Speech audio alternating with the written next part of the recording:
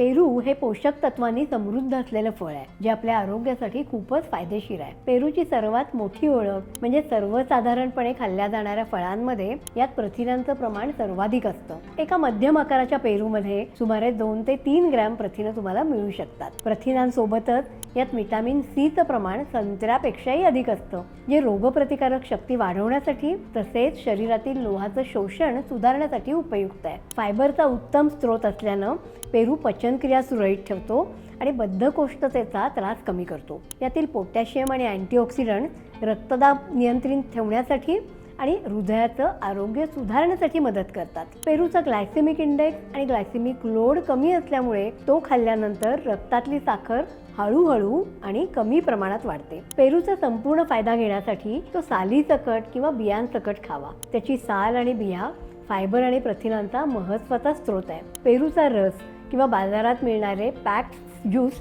हे पिणं टाळावं. चला, आठवड्याभरात किमान 5 ते 7 वेगवेगळी पण सीझनल फळं खा आणि पोषक तत्व जरूर मिळवा. तुम्हाला तुमच्या आहाराविषयी कोणत्याही प्रकारचा सल्ला हवा असेल तर मला जरूर संपर्क करा आणि हा व्हिडिओ जास्तीत जास्त लोकांना शेअर करा.